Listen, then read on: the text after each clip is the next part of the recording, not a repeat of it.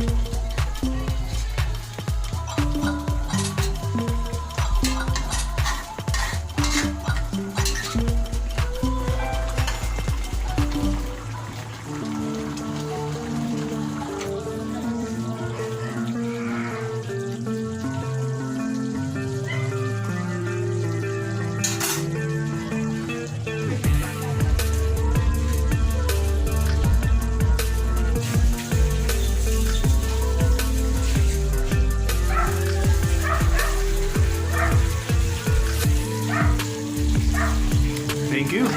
Subscribe. Pakipindot naman na subscribe. Thank you. Ginataang hito. Adobo sa gata na hito. Okay, kain na tayo.